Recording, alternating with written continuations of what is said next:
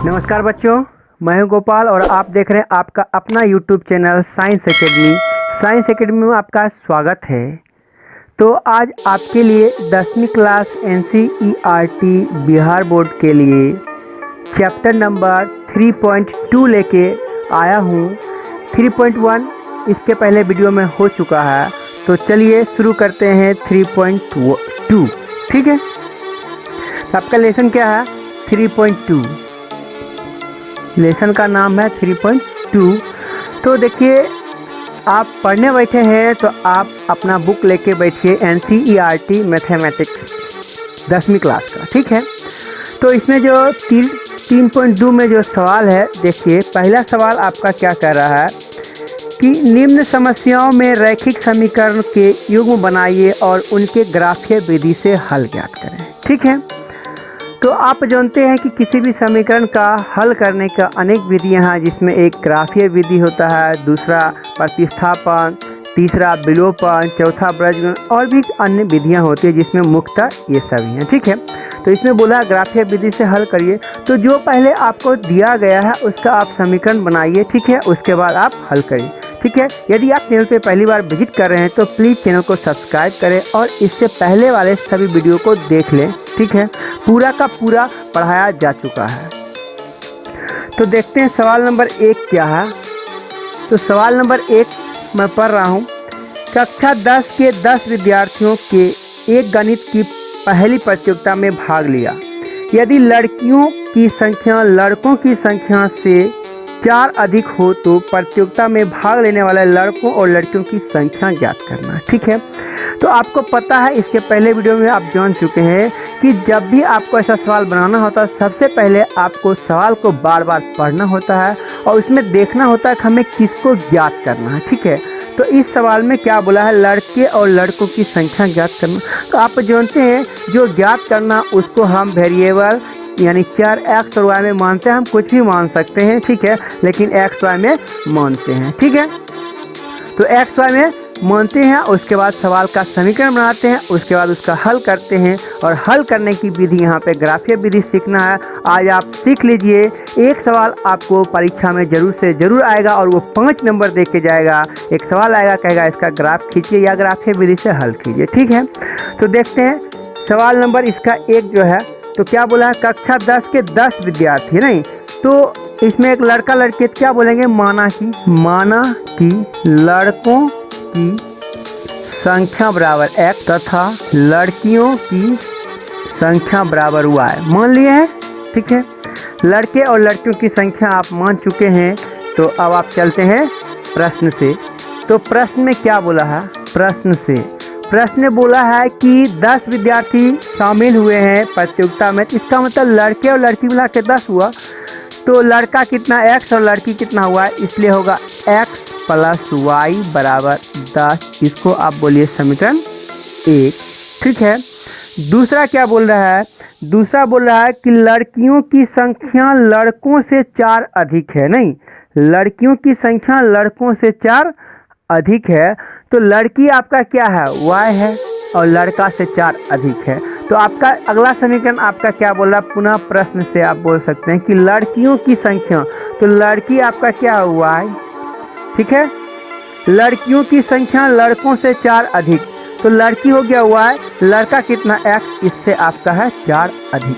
ठीक है, इसे कितना है? 4 अधिक है। ये आपका समीकरण हो गया। आप इसको इधर कर सकते हैं। ठीक है, ये हो जाएगा y - x बराबर 4। इसको आप बोलिए समीकरण 2।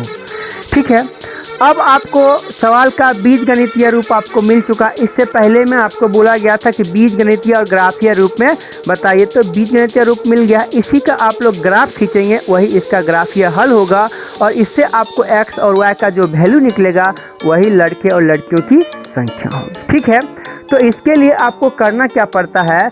समीकरण 1 और समीकरण 2 की सहायता से आपको एक बॉक्स बनाना पड़ता है। x y का ऐसा मान लेना पड़ता है ताकि जिससे ग्राफ खींचा जा सके। और ध्यान रखिए कि मान ऐसा ले कि एकदम पूर्णांक में आए, ताकि ग्राफ पेपर पे आपको अच्छी तरह से बैठाने में सही हो। तो आप देख रहे हैं ये ग्राफ पेपर बना हुआ है। पहले हम इसका बॉक्स बनाते हैं। इसका जब बॉक्स बनाएंगे तो बॉक्स ऐसे बनाया जाता है। ठीक है, कम से कम 2 मान आपको लेना है x और y के। देखिए इस बॉक्स में x डालते हैं, इस y देते हैं, ठीक है। तो इस समीकरण से आप देख रहे हैं यदि x का वैल्यू कुछ रखेंगे तो y का वैल्यू क्या होगा, इसको सेटिस्फाई करना चाहिए। तो देखिए हम यहाँ पे रखते हैं कि x का वैल्यू यदि मैं 4 रखता हूँ तो आप देख रहे हैं इसमें y का वैल्यू 6 आ जाएगा, ठीक है। कहीं कोई दिक्कत आपको नहीं इस बात को समझने में। आप क्या कीजिए, 1 का वैल्यू रखिए और इसमें रख के हल करके यहाँ पे जो आएगा उसको आप भरिए, ठीक है। फिर मैं दूसरा बोलता हूँ कि x का वैल्यू जब मैं 7 रखता हूँ तो y का वैल्यू हमको 3 आएगा, क्योंकि देखिए 7 3 10, यहाँ पे x और y का वैल्यू कितना है 10। ये हो गया एक बॉक्स। फिर दूसरे के लिए आप बॉक्स बनाइए, दूसरे समीकरण के लिए आप बॉक्स बनाइएगा। तो इसके लिए भी एक में x एक में y भर दीजिए, ठीक है। तो अब देखिए आपको क्या करना है कि x और y का वैल्यू देना है। तो देखिए इसमें थोड़ा इधर है y, तो y से शुरू करते हैं। y का वैल्यू आप रखिए 5, y का वैल्यू 5 रखेगा तो x का वैल्यू 1 रखेगा, देखिए 4 पूरा हो गया, ठीक है। y का वैल्यू आप रखिए 7, y का वैल्यू क्या रखता हूँ 8 रख देता हूँ, y का वैल्यू 8, तो x का वैल्यू कितना होगा आपका 4 होगा, ठीक है। आप देख रहे हैं यानी कि यहाँ पर जो वैल्यू है वह वैल्यू सेटिस्फाई करना चाहिए, ठीक है।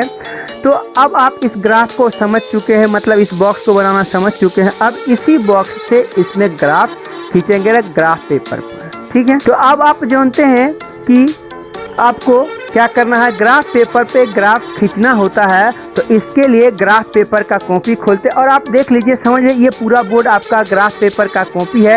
एक तरफ ग्राफ वाला होता है, एक तरफ लाइन वाला होता है। तो जिसमें लाइन वाला होगा ऐसे ही आप ऐसे बना लेंगे और उसके बाद ग्राफ पेपर में तो आप इस पर क्या करते हैं, एक लाइन गिरा हुआ एक लाइन खड़ा हुआ खींचते हैं, ठीक है।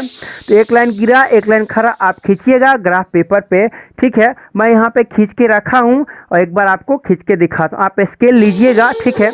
मान लेते हैं कि ये लाइन मैंने गिरा हुआ खींच दिया, ठीक है, और ये लाइन मैंने खड़ा खींच दिए हैं।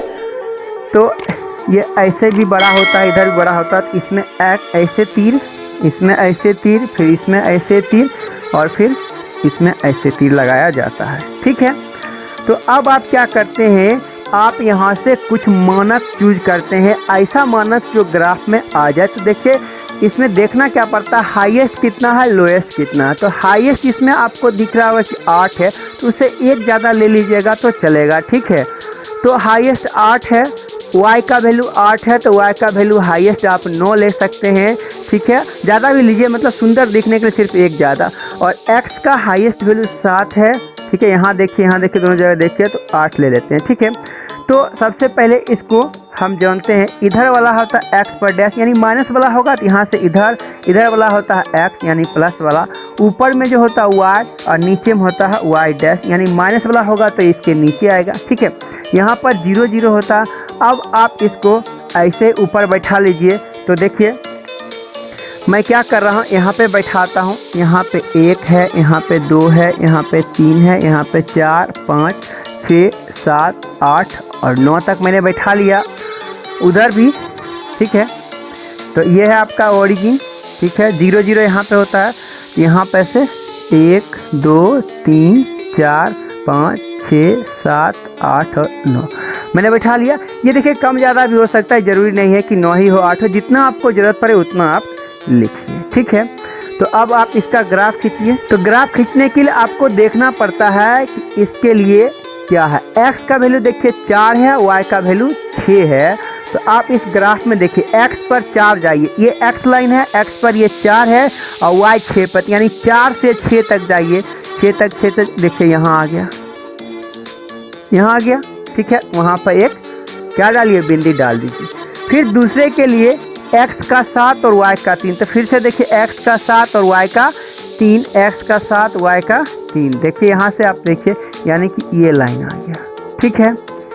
कोई दिक्कत नहीं है, आपको आ गया है, कहीं कोई प्रॉब्लम नहीं है, ठीक है। अब ऐसा खींचने के बाद आप इसको एक स्केल से मिला दीजिएगा, ठीक है। स्केल से जब आप मिलाइएगा तो स्केल रखिएगा, मैं यहाँ पे खींच लेता हूँ बिना स्केल का, क्योंकि इतना बड़ा स्केल मेरे पास उपलब्ध नहीं है,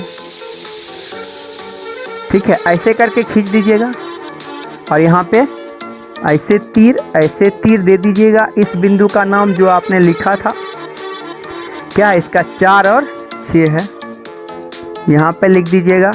यहाँ पर क्या है 7 और 3 है, ऐसे लिख दीजिएगा। और इस लाइन का नाम कहीं भी लिख आप सकते हैं, इसका नाम क्या है ये समीकरण दे दीजिएगा, यानी कि x + y = 10, ऐसा खींच दिए हैं। ठीक है, अब क्या कीजिए, अब फिर से इस दूसरे का ग्राफ इसी ग्राफ पेपर पर खींचिए। ठीक है, तो दूसरे में देखिए x = 1 है, x = 1 और y = 5, x = 1 ये रहा और y = 5 ये रहा, इसका मतलब आपको यहाँ पे जाएगा। ठीक है, ये हो गया। अब दूसरा क्या है, x का 4 है, y का 8 है, x का 4 और y का 8, x का 4 y का 8, यानी कि यहाँ पे आ गया। ठीक है, यहाँ पे आ गया। अब फिर से इसको ऐसे मिलाइएगा, इसको जब ऐसे मिलाइएगा तो ये ऐसे जाएगा, यहाँ पे ऐसे तीर डाल दीजिए, यहाँ पे तीर डालिए, इसका नाम क्या है 1 और 5, ऐसे घेर दीजिएगा, इसका नाम क्या है 4 और 8, ऐसे घेर दीजिएगा। इस लाइन का आप नाम कुछ भी रख दीजिए, कुछ भी नहीं जो क्वेश्चन में है, यानी कि y - x बराबर कितना है आपका 4। ठीक है, ये आपका ग्राफ खींचा हो गया। अब आप क्या देखें, इस सवाल का हल क्या हुआ, जहाँ पे आप दोनों लाइन का क्रॉस देखिएगा, यानी दोनों लाइन जहाँ पे कटेगा वही आपका आंसर होगा। दोनों लाइन यहाँ पे कट रहा है, आप देख रहे हैं। ठीक है, तो इसका जो भी निर्देशांक होगा वही इस सवाल का x और y का वैल्यू होगा। तो आप देख रहे हैं यहाँ से x का वैल्यू कितना है आपको, ये देखिए, यहाँ जहाँ से आपको मिला वहाँ जाइए, यहाँ 3, तो x वाला 3 हुआ, y वाला कितना 7 हुआ। तो इसका मतलब हुआ कि यहाँ से आप लिखिए, आप क्या लिखिएगा कि ग्राफ से स्पष्ट है कि x = 3 और y = 7 नहीं, अर्थात क्या हुआ, अर्थात लड़कों की संख्या बराबर कितना हो गया, x मतलब 3 और लड़कियों की संख्या बराबर 7, यही आपका हो गया आंसर। यानी कि 3 और 7 इस सवाल का आंसर है, जो आप इस ग्राफ पर देख रहे हैं। इस बिंदु का नाम 3 और 7 है, ये ऑटोमेटिक मिला है, आपने इसको खींचा था, इसको खींचा था। ठीक है, इसको तो ऑटोमेटिक मिल गया है। यानी कि किसी भी ग्राफ से यदि हल करना हो तो जिसका हल आप कीजिएगा, ग्राफ बनाइएगा, ऑटोमेटिक जहाँ पे जाके कटेगा वही इस सवाल का x और y का वैल्यू होता है, वही आंसर होता है। ठीक है, तो यहाँ पे कितना आया 3 और 7, यही सवाल का आंसर है। आशा करते हैं आप ग्राफ खींचना सीख चुके होंगे। एक और भी सवाल इसी में ग्राफ वाला ही है, मैं आपको बताता हूँ, जस्ट इसी पर ग्राफ खींच के बताऊंगा। ठीक है, चलते हैं अगले सवाल पे। आशा करते हैं आप समझ रहे होंगे। यदि आपको वीडियो अच्छा लगे प्लीज लाइक तो जरूर से जरूर करें, अपने दोस्तों में शेयर भी करें। ठीक है, अगला सवाल नंबर 2। तो आपका सवाल नंबर 2 क्या है, 5 पेंसिल तथा 7 कलमों का कुल मूल्य 50 रुपया है, जबकि 7 पेंसिल और 5 कलमों का कुल मूल्य 40 रुपया है। एक पेंसिल तथा एक कलम का मूल्य ज्ञात कीजिए। तो आप सवाल बार बार पढ़िए, सवाल आपके सामने किताब होगा, किताब रखकर ही बैठिए वीडियो देखने के लिए। तो सवाल बार बार पढ़िए। तो मैंने सवाल जब बार बार पढ़ा है तो मुझे लग रहा है इसमें क्या बोल रहा है कि पेंसिल, क्या बोल रहा है, पेंसिल तथा कलम का मूल्य ज्ञात कीजिए। तो आप जानते हैं कि उसको ज्ञात करने के लिए पहले मानना पड़ता है पेंसिल का मूल्य x और कलम का मूल्य y, ऐसे ही आप मानिएगा। ठीक है, तो क्वेश्चन नंबर 2 देख रहे हैं, इसमें क्या करेंगे, माना कि कलम, क्वेश्चन में क्या है, माना कि पेंसिल, पहले पेंसिल और पेंसिल लिखते हैं, माना कि एक पेंसिल का मूल्य बराबर x रुपया तथा एक कलम का मूल्य बराबर y रुपया। ठीक है, ऐसा आप क्या किए हैं, मान लिए हैं। अब प्रश्न में क्या बोल रहा है, बोल रहा 5 पेंसिल तथा 7 कलम। तो प्रश्न से 5 पेंसिल, आपने माना है कि एक पेंसिल का मूल्य x, तो 5 पेंसिल का मूल्य 5x होगा, और एक कलम का मूल्य y, तो 7 का तो देखते हैं। बोलता 5 पेंसिल, तो 5 पेंसिल क्या होगा 5x, ठीक है, और प्लस 7y, यह बराबर कितना होगा 50, यह आपका हो जाएगा समीकरण 1। ठीक है, कहीं आपको कोई दिक्कत नहीं है। फिर दूसरा प्रश्न में बोला जबकि 7 पेंसिल, तो 7x प्लस क्या हो जाएगा 5y यानी 5 कलम है, यह बराबर होगा 46। यह होगा आपका समीकरण 2 होगा।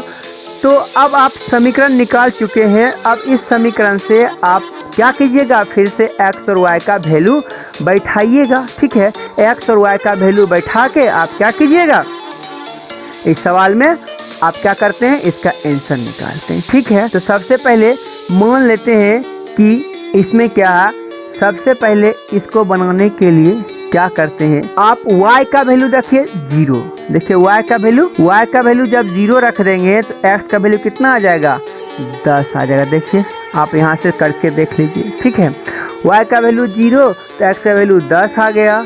ठीक है, अगला फिर आपको 50 लाना है। तो अब आप फिर से एक बार y का वैल्यू आप रखिए, तो y का वैल्यू आप 5 रखिए। देखिए y का वैल्यू 5 रखते हैं तो 7 पच्चे 35, x का वैल्यू 3 आ जाएगा। देखिए तो ठीक है, आ गया, कितना आ गया, इतना आ गया। ठीक है, कहीं कोई दिक्कत आपको नहीं होनी चाहिए। देखिए x का वैल्यू हमने 10 रखा है तो y का वैल्यू कितना आ गया, 0 आ गया, 10 पच्चे 50। फिर x का वैल्यू 3 रखे हैं तो यहाँ पर y का वैल्यू 5 आ गया। ठीक है, आप समझ गए। तो अब आप देखिए कि दूसरे समीकरण के लिए हम x और y का वैल्यू लिखेंगे और फिर देखते हैं कि क्या आता है। तो देखिए यदि मैं x का वैल्यू यहाँ पर लिखता हूँ 3 तो y का वैल्यू आता है 5। आप रख के देखिए 46 आएगा, यहाँ पे 3 रखिएगा 21 आएगा, यहाँ पे 5 25 आ गया। ठीक है, उसी प्रकार जब x का वैल्यू हम रखते हैं 8, x का वैल्यू जब 8 रखेंगे तो ये क्या होगा, 7 8 56 प्लस 5y बराबर 46।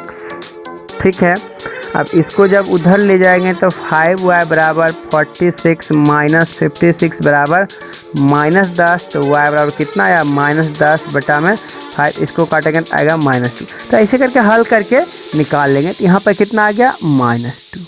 ठीक है, तो अब आपको क्या हुआ कि दोनों समीकरण के लिए बॉक्स मिल गया है और इसी बॉक्स की सहायता से फिर से हम क्या करेंगे, ग्राफ खींचेंगे। ठीक है, ग्राफ खींचेंगे और जहाँ पे कटेगा, जैसे इसमें कटा हुआ है तो जहाँ पे कटेगा वही क्या होगा, पेंसिल का और कलम का मूल्य होगा, x y का वैल्यू निकलेगा। ठीक है, तो अब आप देख सकते हैं कि इसमें हाईएस्ट 10 है और इसमें हाईएस्ट 8 है, एगो -2 है, यानी कि y का वैल्यू में -2 तक भी जाना है। तो y का वैल्यू ये है। तो इस ग्राफ में हम लोग क्या करेंगे कि इस ग्राफ में मेरा लाइन एक ऐसे भी होना चाहिए था। ठीक है, एक लाइन ऐसे भी होना चाहिए था। ठीक है, तो यहाँ पर आपका क्या हो जाएगा, -1 और -2 ऐसा हो गया है। ठीक है, तो ऐसे ऐसे ऐसे ऐसे आपके ग्राफ में कॉपी में होगा। ठीक है, कॉपी तो आप देखे ही हैं, ऐसा होता है। ठीक है, तो देखिए हमने क्या किया है, ये यहाँ से 9 तक में, क्योंकि 10 तक है एक यहाँ पे 10 लेना पड़ेगा। ठीक है, फिर दूसरा क्या है, इधर तो 8 ही तक है y में तो काम चल जाएगा। ठीक है, -2 तक। ठीक है, ऐसा आपको मिल गया। अब मैं ये शुरू वाला पहले वाला ग्राफ को पहले मिटा देता हूँ। अब मैं फिर से इस ग्राफ कॉपी को तैयार कर लेता हूँ। तो अब आप देख रहे हैं आपको ग्राफ कॉपी तैयार है, इधर से ये बॉक्स तैयार है। ग्राफ पर भी मैंने 1 से लेके 10 तक, इधर 1 से लेके 9 तक छाप दिया है। नीचे -2 तक ज़रूरत था क्योंकि इसमें -2 तो मैं वहाँ पे छाप दिया। ठीक है, अब आप ग्राफ खींचते हैं तो पहले बॉक्स से x का वैल्यू 10 है। ठीक है, तो x में हमको 10 चाहिए था, यहाँ 9 ही है, ये वाला 10 है। ठीक है, चलिए, तो x का वैल्यू 10 तो y का वैल्यू 0 है। तो x का वैल्यू ये क्या है, 10, y का वैल्यू 0, तो इसका मतलब यहीं का यहीं हो जाएगा। ठीक है, y में कहीं भी नहीं गया तो इसका मतलब ये यहीं का यहीं हो गया। ठीक है, दूसरा क्या है, x का 3 और y का 5, तो x का ये रहा 3 और y का 5, ये कहाँ जाएगा, यहाँ जाएगा। ठीक है, ग्राफ खींचा गया। अब इसको हम क्या करेंगे, ऐसे करके मिला देंगे। ठीक है, स्केल से मिलाइएगा। ये ग्राफ बन गया आपका, एक समीकरण के लिए ग्राफ बन गया है। ठीक है, यहाँ पे आप लिख सकते हैं। चलिए दूसरे के लिए फिर क्या है, x का 3 y का 5, तो फिर से आप देखिए यही चीज़ आ जाएगा, x का 3 y का 5। ठीक है, और x का 8 y का -2, x का ये 8 रहा और y का -2, इसका मतलब ये यहाँ आ गया, नहीं सॉरी यहाँ आएगा, ठीक है, यहाँ आ गया। अब आप इसको ऐसे करके मिला दीजिएगा, ठीक है, स्केल से मिलाइएगा, बिल्कुल सीधा होगा। तो देखिए आप क्या देख रहे हैं कि दोनों ग्राफ के लिए कहाँ पे कट रहा है, यहाँ पे कट रहा है। इसका बिंदु का क्या नाम है, इसका नाम है, देखिए x के लिए 3, y के लिए 5, तो इसका नाम है 3 और 5, ठीक है। इसका नाम क्या था 10 और 0, इसका नाम क्या है 8 और -2, इस बस हो गया। एक और भी अभी जो लिखे दोनों का नाम यही है, ठीक है। और इस दोनों लाइन के लिए आप कहीं पे छाप दीजिएगा। एक लाइन के लिए क्या है, इस लाइन के लिए है 7x + 5y = 46, और इस लाइन के लिए यहाँ पे लिख दीजिएगा यानी कि 5x + 7y = 50, ठीक है। तो ये आपका ग्राफ खींचा गया और ग्राफ से आप देख रहे हैं कि दोनों लाइन कहाँ पे कट रहा है, 3 और 5 पे। तो अब आप लिखिएगा कि ग्राफ से स्पष्ट है कि, क्या लिखिएगा, ग्राफ से स्पष्ट है कि x बराबर है 3 और y बराबर है 5, इसलिए पेंसिल का मूल्य बराबर 3 रुपया और कलम का मूल्य बराबर 5 रुपया। यही आपका हो गया आंसर, ठीक है। तो आशा करते हैं आप समझ रहे होंगे, ठीक है। यदि आपको समझने में कोई तकलीफ हो तो आप मेरे नंबर पे कॉल कर सकते हैं। मेरा नंबर नीचे आपको वीडियो में चलता हुआ दिख जाएगा, ठीक है।